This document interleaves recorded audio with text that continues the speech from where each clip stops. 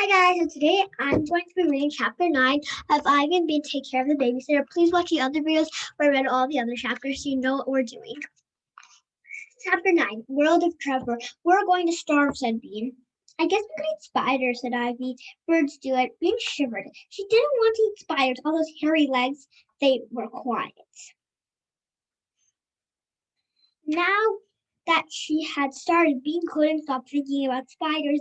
Ivy, yeah, have you ever worried there's a giant spider who's the grandmother of all the spiders you've ever squashed and that she's going to come and get you in the middle of the night? I worry there's a big potato bug inside my bed, said Ivy. Not spiders so much. Bean squinted into the shadows. They were probably spiders crawling all over the attic. Spiders she couldn't see. Something brushed against her leg, and Bean jumped to her feet. This is an emergency, said Bean. This calls for action. Okay, agreed Ivy. What action? Bean gulped. I think we need to scream for help. Help from who? Asked Ivy. Well, said Bean, Nancy. She is the babysitter, said Ivy. She's supposed to take care of you. Right, said Bean. She's getting paid to take care of me. Okay, said Ivy. Let's yell for her. 1, 2, said 1, 2, said Bean. 3, they all said together, and they screamed, Nancy!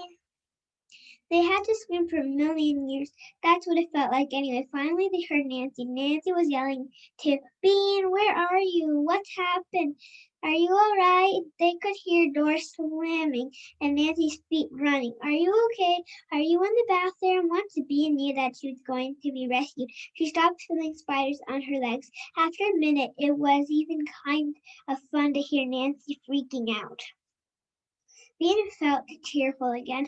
I've got an idea, she said. Let's scream, but no words this time, just a scream. She's going to have a heart attack, Ivy said. Ah! They screeched. Oh no, Nancy shrieked.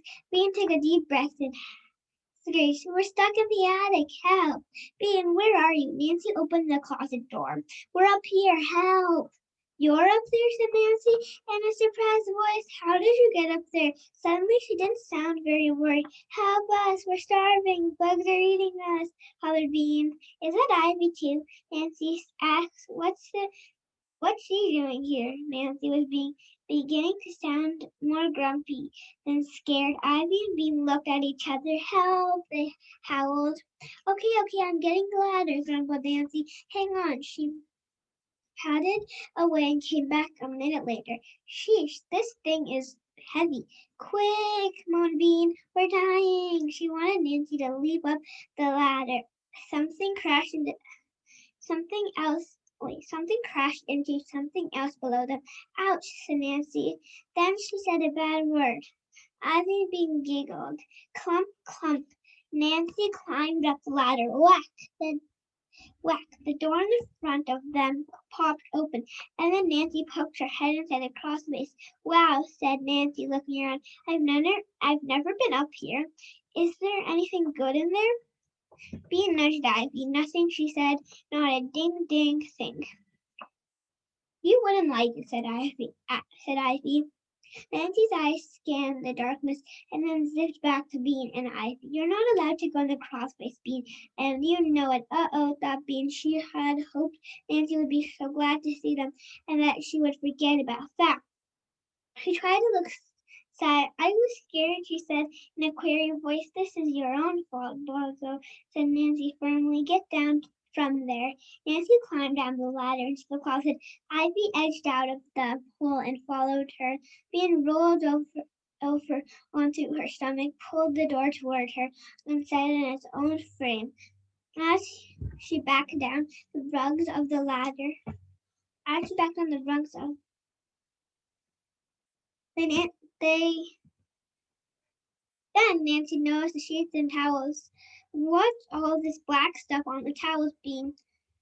Did this stuff fall out of the crawl space? I didn't see any black stuff, said Bean, stalling. Bean, look, it's everywhere, snapped Nancy. Yikes, thought Bean.